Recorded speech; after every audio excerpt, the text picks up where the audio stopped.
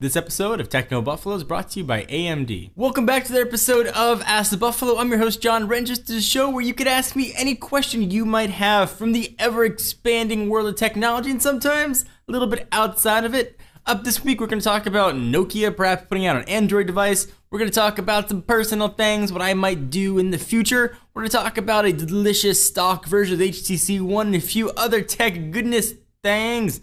This is Ask the Buffalo. Let's get Ask the Buffaloing.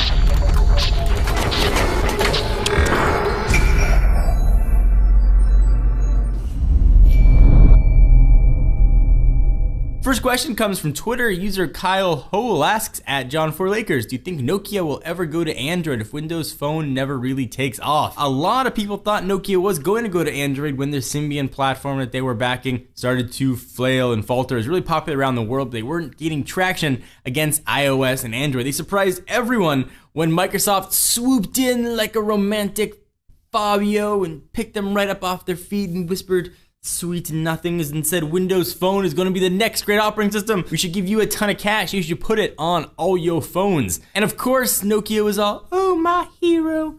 And they did. And so we've had a few fruits of that labor. Of course, we've got the Lumia 900, Lumia 920, 925, 928, 927.25, and all the other Lumia phones yet to come. So are they ever going to go to Android? There have been rumors that they've had some Android prototypes kicking around for a while. My bet, though, is no. They have too much Microsoft money lying in their pockets to ever let that happen. But I've been wrong before. You can just ask my wife. But I wouldn't bet on it happening anytime, at least in the next 5 to 6 years. Hopefully that helps answer your question. This one comes from Twitter as well. User AlexMD2 asks, at John4Lakers, career plans after TB? Well, I hope that I'm doing TB for a very long time. Please don't get rid of me, at least not yet. I love doing this. I do this out of passion, and I still can't believe that it's a job. So I hope that I'm doing this for a very, very, very long time. But years down the road, there are things I like to do in addition to doing this, assuming I can still remain relevant. First, I always mentioned earlier that I would love to run for political office.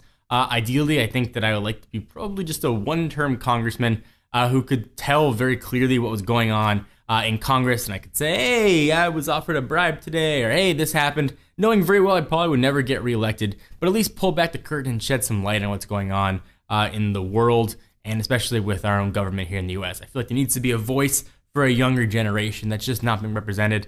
And I would love to try and be that voice. Also, having started a small business and sort of going through that struggle looking for funding, I would love to start a Techno Buffalo fund or a John Rettinger venture capital firm where I can invest in small startups. Need a little bit of money with some great ideas to hopefully take off. I would love to be able to give other people the opportunity that I was given. So those are the two things that I would love to do in addition to having hopefully a huge family someday. Hopefully that helped answer your question. All right, the next one comes from Benjamin Nicolaju, who asks, at John4Lakers, what inspires the team aside from the audience? Well, I can't speak for the rest of Techno Buffalo staff, but I can say for what has sort of inspired me and gets me moving every day and got me out of bed during the bad days when we tried to launch Techno Buffalo, we crashed and failed, and that is, I hate to lose. I am insanely competitive to a fault. If there's a site that's bigger or there's a YouTube channel that's larger, I need to compete. I don't always have to win, but I always got to feel like I am doing my best to fight and sort of get up every day and do the best that I can. And if I don't, I feel really bad about myself. If I come into work and I don't film or I don't get a chance to do everything I want to do, I go home feeling really crappy, in all honesty. So that motivates me. Also, the ability to certainly provide for a family is a big motivating factor for me as well. And also the ability to maybe make a difference, even if it's a small way, to some folks out there. Picking a cell phone is a nice choice. Picking the best tablet is a nice way to help. But maybe I could inspire someone to be a little nicer to a kid at school, or maybe have an outlook a little bit different, or perhaps inspire someone to start their own business. That'd be ways I like to try and make a difference, and doing things like that, even if it's only 1 or 2 times throughout my entire career online. I think it'll be worth it. Next question comes from Gorgim013, who asks, at John4Lakers, what do you think about the HTC One Googly Edition? Well, that just got announced a few days ago after weeks of HTC saying, nope, you ain't gonna do that. Don't look over here. We don't have an HTC Nexus Google Edition phone. And then they said, yeah, we do. I'm super excited about it. But it begs a very interesting questions. So when HTC is trying to sell the HTC One and Samsung's trying to sell the Galaxy S4, they're selling the software features. Samsung is saying, hey, look at all of our awesome S stuff that we got going on, and then they're saying, hey, maybe you don't want any of that, you just want the phone itself. And same thing with HTC, they're saying, hey, our Sense is awesome, we got blink feed, but hey, here's an option to not have that. So it kind of makes you wonder how effective those marketing campaigns are going to be, or if the companies are trying to sort of undermine themselves. We had a big debate here in the office in our company chat room about all that stuff. So I think there's a lot of interesting things about it. Either way though, I think anytime there's choice for the consumer to pick the best device for them, I think that works out well. $600 is definitely an expensive proposition. It almost double the cost of the Nexus 4, but people want to buy it. It's going to be there. I can't wait to check it out. I would love an HTC One with stock Google without having a root or anything like that. I think it'd be pretty cool. So just from a geek standpoint, I'm kind of excited. What do you guys think? You excited? Not excited? I would love to hear your thoughts. So let me take a minute to thank our friends at AMD. So we've already checked out what AMD's A-series processor can do when it comes to games. We played some serious Left 4 Dead, kicked up the settings 1080p, and it handled it no problem. But what about stuff that you do on a regular basis? Maybe you don't play games every day, but you want to do your word processing and maybe some light games from the Windows Store. Let's go ahead and check out how that works. So we've got Microsoft Office 365 all loaded up here. I use Microsoft Word the most, so let's go ahead and launch that guy. See how quickly it loads, switches on over to desktop mode.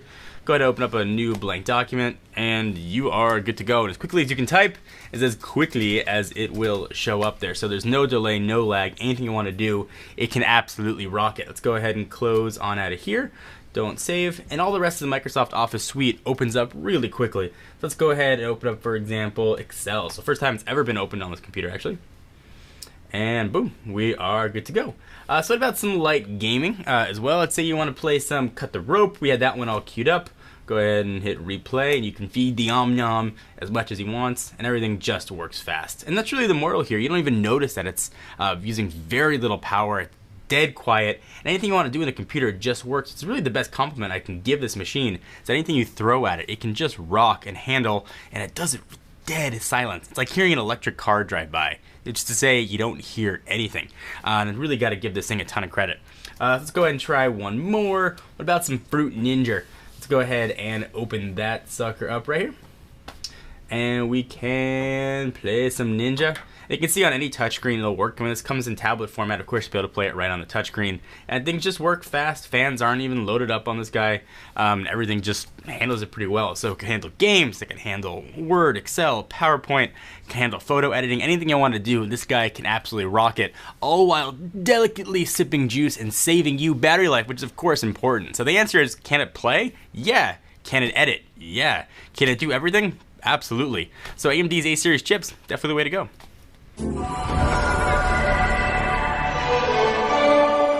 Thank you guys for watching the episode of Ask the Buffalo. Hope you guys enjoyed. I am your host, John Rettinger. I'm back here every week answering your questions, so please continue to ask them. We most definitely appreciate it. Give the video a thumbs up. Check us out at technobuffalo.com for the latest and greatest tech news, and I'll see you in the next video.